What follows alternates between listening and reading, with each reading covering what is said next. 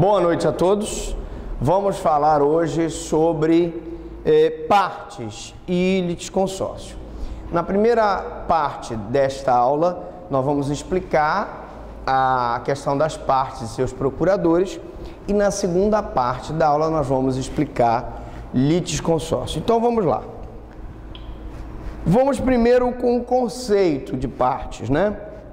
Partes são aqueles que pedem ou contra quem é pedida uma providência jurisdicional. Ora, quando eu digo contra quem se pede ou contra quem é pedida, as pessoas que pedem é o autor, né? Ou o requerente ou o suplicante que vai pedir um provimento jurisdicional. E contra quem se pede é o réu, é o suplicado, é o requerido. O autor é aquele que teve normalmente o seu direito ameaçado, lesado. E o suplicado é aquele que por ação ou omissão deu causa a uma lesão ao direito do autor. Normalmente, essas pessoas são as partes no processo civil. Nem sempre a parte material é a mesma que figura na relação processual. Isso explica o porquê. Quem tem o direito a pleitear os alimentos, normalmente é um recém-nascido, é uma criança de 7 meses, uma criança de 1 ano. Embora ela seja a parte material, mas quem figura na relação processual é a sua mãe que vai lhe representar. Mesma situação acontece, por exemplo, quando nós estamos falando numa ação de investigação de paternidade. Aquela criança acabou de nascer, a mãe precisa provar que aquela criança é filha de uma determinada pessoa e, portanto, nós vamos ter aí uma ação de investigação de paternidade, onde a parte material nem sempre é a mesma que figura na relação processual. Na relação processual eu vou ter a mãe e na relação material, o direito material, na verdade, pertence à criança, está sendo representada por aquela mãe. Aí vamos falar da capacidade de ser parte. Possuem capacidade de ser parte as pessoas naturais e jurídicas, né? Então, aqui, pessoas naturais, as pessoas físicas, né? Todos os alunos dessa sala podem ser incluídos nesse exemplo, e as pessoas jurídicas, quer seja uma sociedade de economia mista, quer seja uma sociedade anônima, uma sociedade em comandita simples, são exemplos de pessoas jurídicas que têm direito a figurar no polo ativo, no polo passivo da relação processual, porque tem capacidade de ser parte, ou seja, quem é sujeito de direitos e obrigações, inclusive menores e loucos. Atenção, capacidade de ser parte não é a mesma coisa que capacidade processual. Capacidade de ser parte eu posso ter menor, posso ter um louco, posso ter um silvícola, posso ter uma pessoa interditada, posso, enfim, ter uma pessoa que é absolutamente incapaz. Todavia, eu vou ter situações em que essa pessoa tem capacidade de ser parte, mas não tem capacidade processual. Porque quem vai figurar no processo representando, no caso do menor, vai ser a sua mãe. No caso do louco, aquela pessoa que está interditada é o curador especial. No caso de um silvícola, eu posso ter a representação dele pela FUNAI, etc. Então, eu vou ter uma situação em que ele será representado de acordo com quem está ali naquele processo lhe representando. Então, eu tenho a capacidade processual. Capacidade processual, possui essa capacidade quem pode litigar por si mesmo. Então, você não foi pago nas suas verbas trabalhistas. Você vai lá e, por si mesmo, ingressa com uma reclamação trabalhista. Você tem um prédio sendo construído do lado da tua casa. Cada vez que ele constrói um andar, a tua casa racha. Então você pode ingressar com uma ação de enunciação de obra nova. Você, com essa camisa horrível, né? Essa camisa dele, só porque o time dele vai jogar hoje, ele vem aqui pensando que está abafando. Mas ele pega, tem o terreno dele invadido e ele vai entrar então com uma ação de reintegração de posse. Lógico que nessas situações, a pessoa por si mesmo, sem estar representado, ele vai entrar como sujeito ativo na relação jurídica processual. Então ele tem capacidade processual. Ela relaciona-se com a capacidade de fato ou de exercício. Quem é que tem capacidade de fato? São as pessoas absolutamente capazes, os maiores de 18 anos. Eu tenho situações que a pessoa não tem capacidade de fato, mas ela tem capacidade de exercício. Tem aquelas pessoas que são emancipadas porque eles já se casaram, ou porque tem um estabelecimento comercial em que ele administra os próprios bens, e então ele é emancipado, ele tem o exercício dessa capacidade. Nessas situações, sendo ele maior de 18, sendo ele emancipado, ele pode ajuizar uma ação.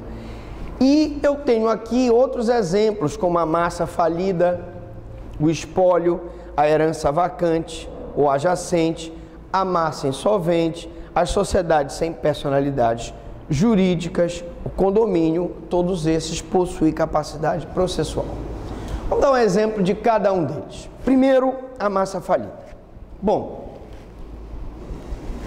eu tive uma pessoa, tinha uma empresa, ela tentou uma recuperação judicial, ela tentou o pedido de falência e ela não conseguiu honrar com os seus direitos e obrigações. Muito bem. Essa massa falida, ela responde pelos créditos que o falido teve e ela também responde pelos débitos, né? Então, ela tanto pode acionar judicialmente, quanto ela pode ser acionada judicialmente. É uma massa falida. A mesma coisa em relação ao espólio.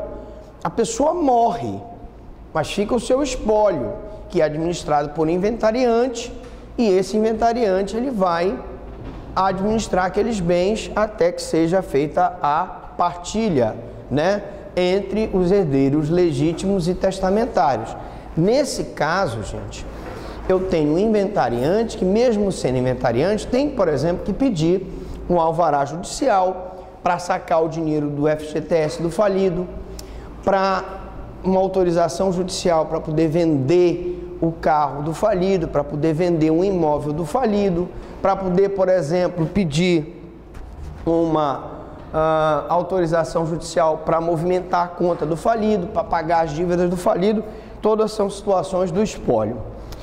Sendo herança vacante ou herança jacente, uma em que o Estado vai se apropriar dos bens e outra em que eu tenho herdeiros legítimos e testamentários, eu vou ter sempre aquela pessoa que vai, a partir do momento do falecimento do decujus, tomar posse, de fato, dos bens e direitos deixados pelo falido.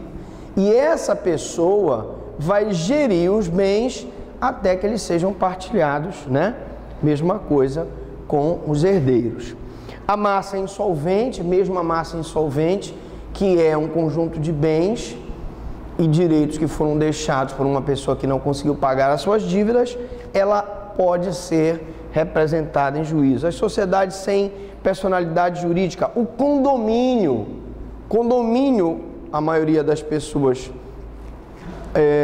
vivem em condomínio hoje, e não só o condomínio pode te cobrar um aluguel, um condomínio, né, uma cota condominial em atraso, como também ele pode ser cobrado pela prefeitura se ele não pagar o IPTU, se ele não pagar o ISS e tudo mais. Então o condomínio, ele também tem capacidade processual, tanto no polo ativo quanto no polo passivo, porque eles possuem todos esses capacidade processual.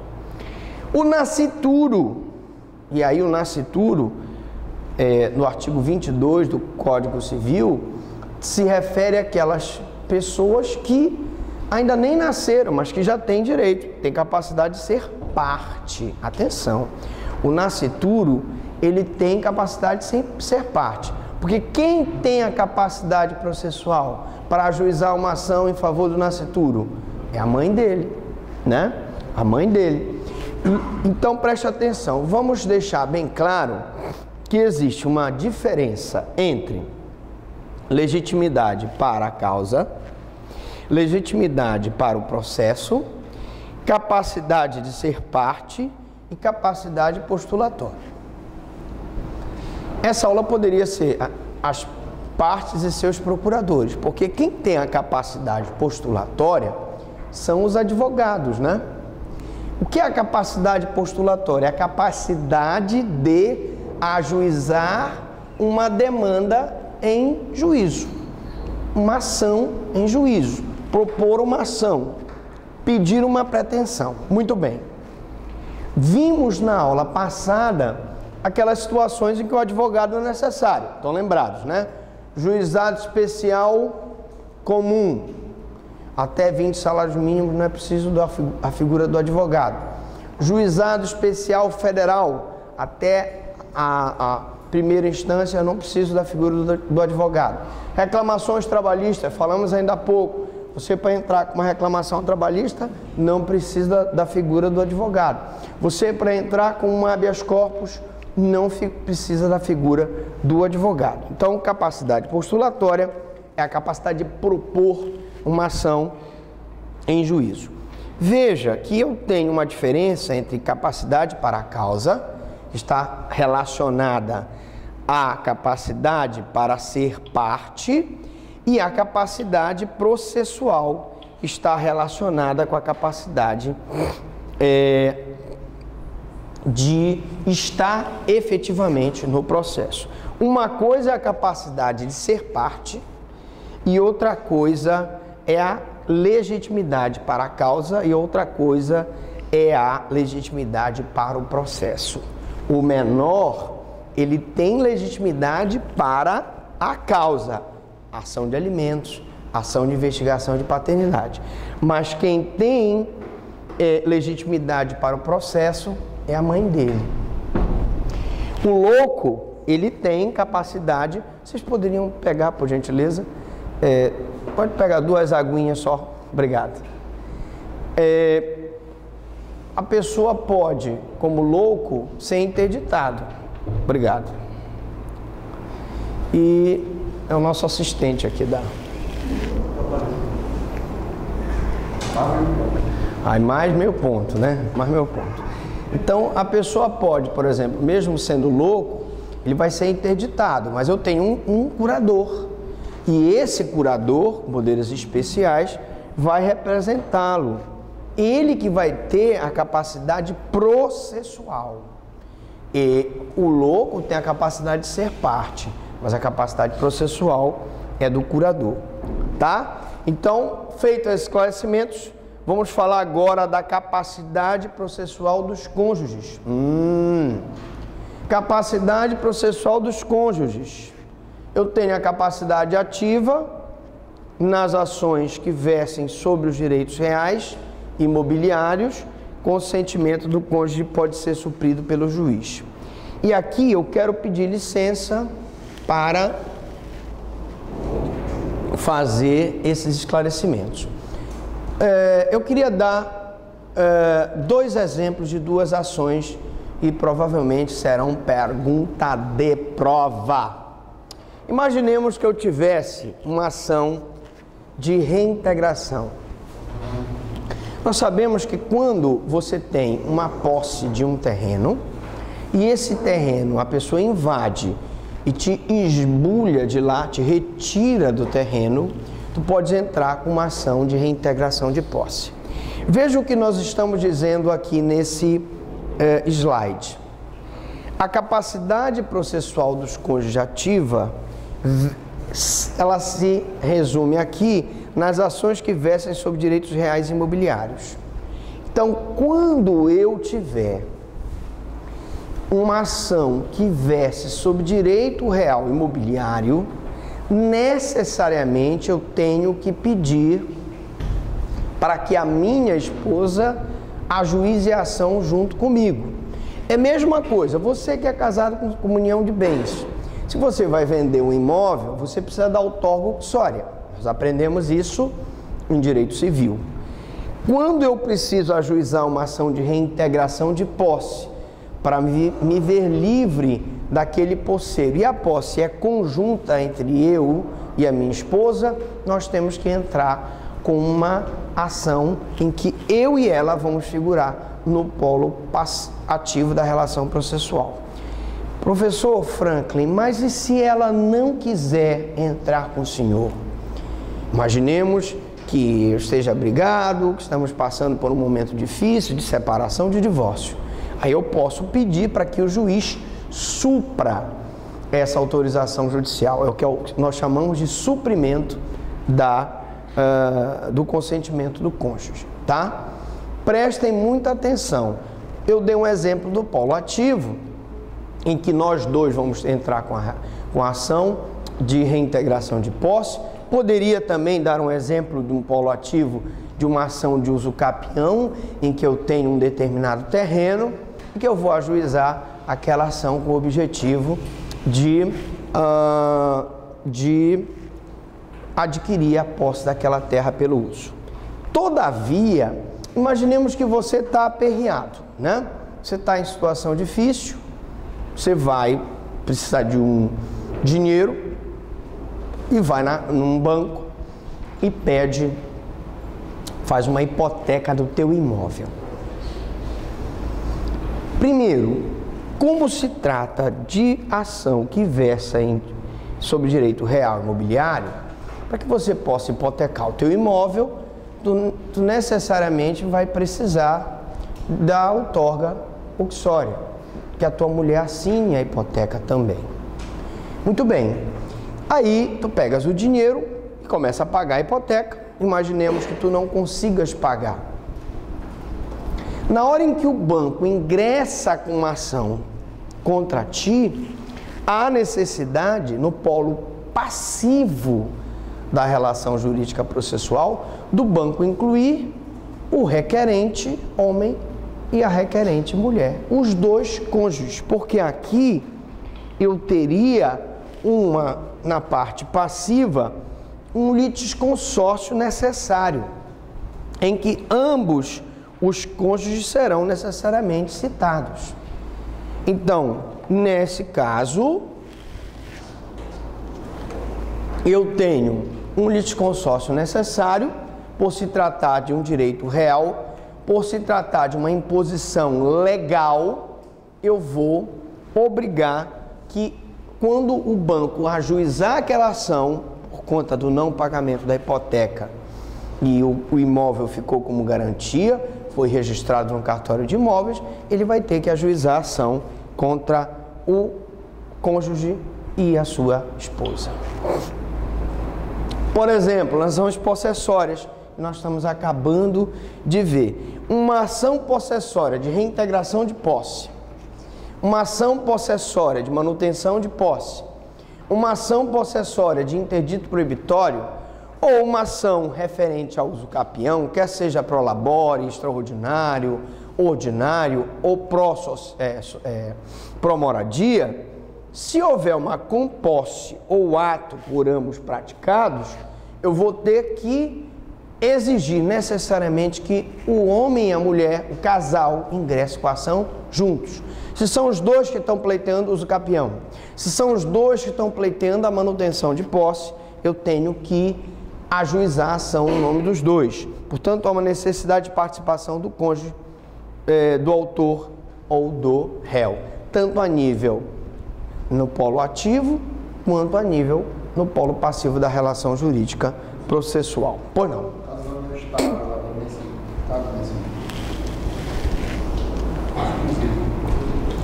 Veja bem, a união estável, ela pressupõe que você viva com aquela pessoa durante um determinado tempo, o relacionamento seja público. A partir daí, aqueles bens constituídos durante a relação, eles serão divididos meio a meio. Todavia, eles não são, embora equiparados, não existe ainda uma exigência legal de que você que vive em união estável com aquela pessoa, por exemplo, e tem um imóvel no teu nome, precise da autorização dela, uma outorga uxória dela. Por quê? Porque eu também não vou precisar da outorga uxória na questão da união estável, na questão da separação total de bens e também no regime de aquestos, tá?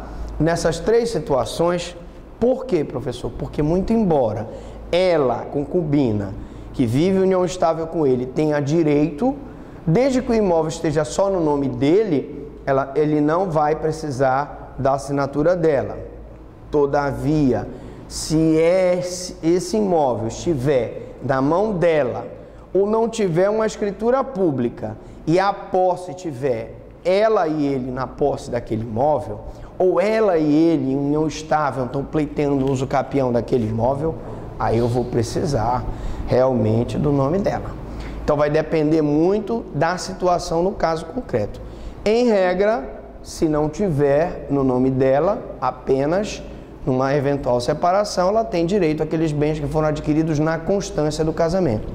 Todavia, se tiver no nome dela, ou se a posse for conjunta, houver uma coabitação para aquisição daquele uso capião, se os dois forem posseiros daquele terreno que foi invadido e os dois vão ajuizar a reintegração de posse, eu necessariamente vou precisar de que ela participe no polo ativo e eventualmente no polo passivo da relação jurídico-processual.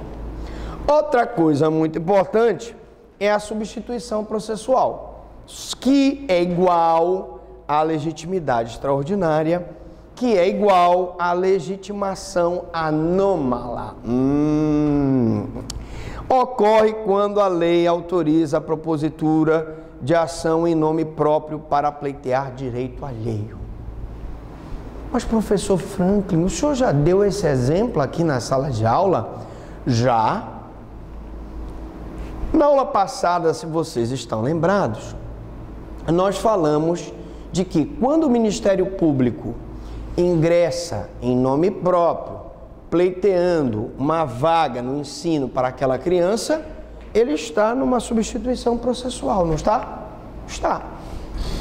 Quando o Ministério Público move uma ação civil pública contra o governo do estado, contra a prefeitura municipal, para que aquela criança receba um medicamento, para que aquela criança seja operada, ele está numa legitimação extraordinária, não está? Ele não está promovendo uma ação em nome próprio para pleitear direito alheio? Está. Todos nós aqui compramos um produto. Esse produto é um sabão em pó que está dando alergia em todos nós. O Ministério Público, na defesa do direito do consumidor, direito difuso, ele vai ajuizar uma ação em nome próprio contra aquela fábrica que está produzindo aquele produto que está causando alergia. Ou ele vai ajuizar uma ação civil contra uma fábrica que está jogando produtos químicos no rio e poluindo a nossa água. São exemplos em que uma propositura de uma ação em nome próprio, ela está pleiteando direito alheio. E aí eu tenho uma legitimação anômala. Mas eu dei mais outros exemplos. Eu dei, por exemplo, vocês que são professores, o sindicato reúne vocês e diz: olha, gente, vocês têm direito ao adicional noturno, vocês estão trabalhando à noite, têm direito ao adicional noturno. Então, vamos pleitear o adicional noturno. Reúnem todos os professores e o sindicato entra em nome próprio para pleitear direito de vocês. É a única exigência que todos os professores assinem uma procuração delegando poderes ao sindicato para que o sindicato possa pleitear aquele determinado direito. Então, são exemplos de ações em que nós estamos pleiteando em nome próprio direito alheio. uma substituição processual, uma legitimação extraordinária. Oi? O exemplo das associações em favor dos seus associados, com certeza. Substituição de parte ou sucessão processual. Gente, vamos prestar muita atenção no que eu vou explicar aqui, porque tem uma jurisprudência e nós vamos comentar essa jurisprudência para que vocês entendam como é que funciona. Pode haver a substituição de parte? Imaginemos que um processo inicia. A ajuiza uma ação contra B.